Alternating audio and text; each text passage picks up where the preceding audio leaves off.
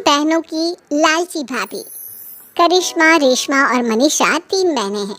उनका एक भाई भी है, मयंक। मयंक अपनी बहनों को बहुत प्यार करता है, लेकिन मयंक की पत्नी सविता इस मामले में मयंक से बिल्कुल ही अलग है। वो अपनी ननदों का जितना बुरा कर सकती है उतना बुरा करती ही रहती है और अपनी ननदों पर हुक्म भी चलाती है। करिश्मा, करिश्मा, तुमने अभी तक नाश्ता नहीं बनाया? तुम्हारे भैया को ऑफिस जाने में देर हो रही है। हाँ भाभी, बस अभी बनाती हूँ। करिश्मा, तुम ये ढीलापन छोड़ दो। कल को पराए घर जाना है। वहाँ अगर तुम इस तरह से काम करोगी तो लोग क्या कहेंगे कि माँ ने और भाभी ने कुछ सिखाया नहीं। और तुम्हारी दोनों बहनें कहाँ हैं? अब रेशमा मार्केट गई है और मनीषा सो रही है। क्या? सुबह के 8 बज रहे हैं और ये महारानी अभी भी सो रही है? ये कहते हुए सविता अपनी सास दुर्गा देवी के पास जाती है। माँ जी, देख रही हो अपनी बेटियों के तौर तरीके? क्या हुआ बहू, सुबह सुबह क्या कर दिया मेरी बेटियों ने? अरे एक तो अभी अभी उठकर किचन में गई है, दूसरी सुबह सुबह बाहर चली गई और तीसरी अभी तक सो रही है। क्या करूं मैं इन तीनों का, मैं तो परेशान हो गई हूँ। जा जाकर उठा उसे और रेशमा से मैं बात करती हूँ। सविता सीधा मनीषा के कमरे में जाती है और उससे कहती है, महारानी जल्दी उठो, सूरज सर पर आ गया है। भाभी थोड़ी देर और सोने दो ना, मैं रात को लेट सोई थी। वो क्या ना, यूनिट टेस्ट चल रहा है। शराफत से उठती है या नहीं, या फिर पानी की भरी बाल्टी डालूं तेरे ऊपर? नहीं भाभी, मुझे बिस्तर में नहीं लाना, उठती हूँ मैं। मनीषा जल्दी से उठकर बाथरूम में चली जाती है। सभी आराम से बैठकर नाश्ता कर रहे होते कि तभी रेशमा बाजार से हाथ में सामान लिए आ जाती है। रेशमा को देखते ही सविता उस पर बरस पड़ती है।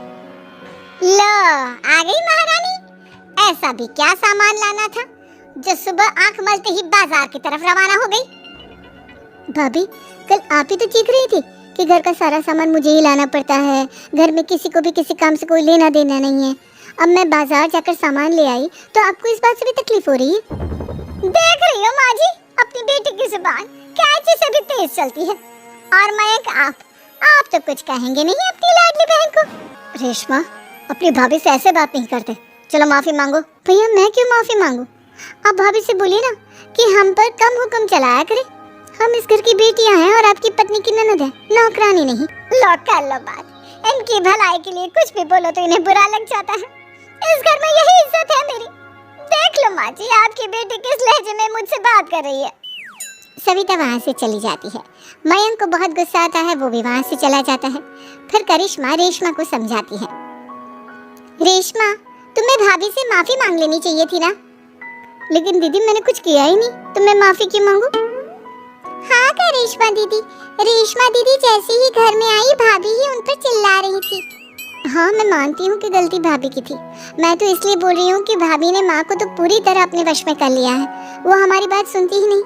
मयंक भैया हमारे लिए हमेशा खड़े रहते हैं, इसलिए उनकी बात का मान तो तुम्हें रखना चाहिए था ना। कोई फायदा नहीं दीदी, कुछ दिनों की बात और है, भाभी उन्हें भी हमारे खिलाफ भड़का देंगी। फिर वो भी माँ की तरह हमारी किसी बात का विश्वास नहीं करेंगे। इसी तरह सविता अपनी तीनों ननदों को किसी न किसी बात पर परेशान करती रहती थी।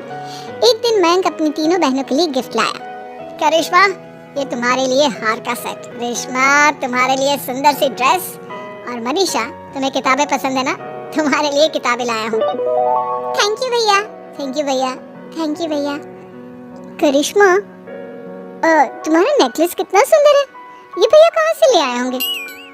मैंने भैया को 3 दिन पहले फोन पर ये डिजाइन दिखाया था और आज भैया ये ले आए। सविता तो अपनी ननदों के गिफ्ट्स देखकर जल गई और करिश्मा का नेकलेस तो उसे भी बहुत पसंद आया था। अपनी बहनों के लिए कितना अच्छा नेकलेस लेकर आए हैं, मुझे कभी कोई गिफ्ट नहीं दिया। मैं आज ही ये हार चुरा लूंगी।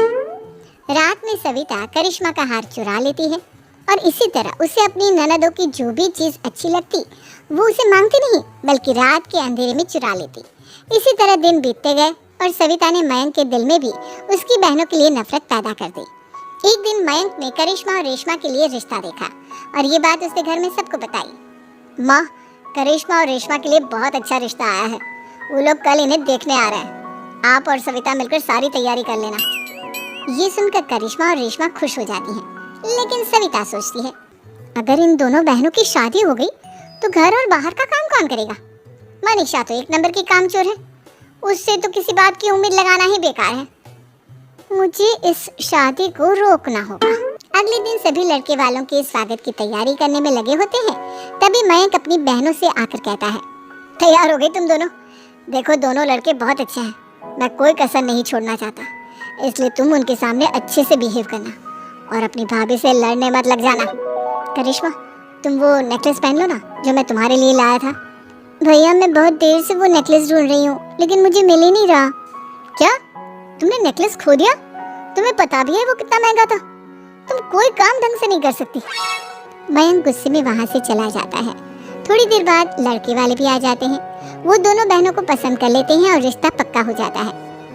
लेकिन सविता के दिमाग में तो कुछ और ही खिचड़ी पक रही थी। वो पंडित जी के पास करिश्मा की कुंडली लेकर जाती है और उन्हें पैसे देकर करिश्मा की कुंडली बदलवा देती है। जब लड़के वालों के पास करिश्मा की कुंडली जाती है तो वो दुर्गा को फोन करते हैं। बहन जी, हमने करिश्मा की कुंडली अपने पंडित जी को दिखाई थी। आपकी बेटी की कुंडली नहीं बल्कि दोषों का पिटारा है। देखिए, मैं और मेरे पति इन सब बातों में बहुत विश्वास करते हैं, इसलिए हम आपकी बेटी से अपने बेटे की शादी नहीं करा सकते। इस तरह करिश्मा का रिश्ता टूट जाता है और सभी घर वालों को बहुत दुख होता है। अब कविता सोचती है, चलो करिश्मा का तो रिश्ता टूट गया, अब रेशमा का भी रिश्ता तोड़ना है। क्या करूं? अब सविता आवाज बदलकर किसी अननोन नंबर से रेशमा के होने वाले ससुराल में फोन करती है। हेलो, मैं कौन हूँ कौन नहीं ये आपके लिए जानना जरूरी नहीं, बस इतना सुन लो कि रेशमा का 2 साल से किसी के साथ अफेयर चल रहा है। बस रेशमा का रिश्ता तोड़वाने के लिए सविता का इतना कहना काफी था। अब रेशमा का भी रिश्ता टूट गया। मयंक और दुर्गा देवी ने रेशमा को खूब खरी खोटी सुनाई और उससे बार बार उस लड़के के बारे में पूछने लगे। आप दोनों मुझे क्यों परेशान कर रहे हो? अरे कोई लड़का होगा मेरी लाइफ में तो मैं बताऊंगी ना, जब कोई है ही नहीं तो कहाँ से लाऊं मैं कोई लड़का? तेरे होने वाले ससुराल वालों को फोन किसने किया था? माँ, मैं नहीं जानती किसने फोन किया था, मैं सच कह रही हूँ। मैं तो पहले ही कह रही थी इसकी लगाम खींच कर रखो, लेकिन मेरी सुनता ही कौन है? आप चुप रहिए भाभी, ये सब आपका ही किया धरा है। अब तीनों बहनों को विश्वास हो जाता है कि ये सब उनकी भाभी ही कर रही है। तीनों बहनें अपनी भाभी को सबक सिखाने के लिए एक वकील कर लेती है और घर में हिस्सा मांग। देखो भैया, माँ बाप की जायदाद में जितना बेटों का हक होता है उतना ही बेटियों का, इसलिए इस घर के 4 हिस्से होंगे और हमें अपना हिस्सा चाहिए। मैंने तुम्हारे लिए क्या क्या नहीं किया और तुम इस घर में हिस्सा मांग रही हो? भैया, आप और माँ हम बहनों की कोई बात नहीं सुनते हो और भाभी हमारी शादी नहीं होने देगी क्योंकि उन्हें लगता है कि आप हमारी शादी में ज्यादा पैसा लगाओगे और उन्हें हम जैसी फ्री की नौकरानी कहाँ मिलेगी। तो हम भाभी के साथ तो रह नहीं सकते, हम बहनों को अपना हिस्सा चाहिए। अरे तुम्हें शर्म आनी चाहिए अपनी भाभी पर ऐसा इल्जाम लगाते हुए। वो तुम्हारे बारे में कितना सोचती है। हाँ माँ, भाभी हमारे बारे में बहुत सोचती है, दिन रात बस यही सोचती रहती है कि किस तरह से अपनी तीनों ननदों को परेशान करूं और कभी मुझे पढ़ने भी नहीं देती। दोनों बहनों का रिश्ता भी तो इन्होंने ही तोड़वाया है और रात में हमारे कमरे में आकर हमारी चीजें भी चुराती हैं। इसी तरह सविता की तीनों ननदें अपनी बात पर अड़ी रही। अब कोर्ट में तारीख भी शुरू हो गई। जब सविता को लगा कि उसकी तीनों ननद इतनी आसानी से नहीं मानने वाली, तो उसने अपने पति और सास को सारी सच्चाई बता दी और अपनी तीनों ननद से माफी मांगी। मयंक और दुर्गा को भी अपनी गलती का एहसास हो गया। अब सविता खुद करिश्मा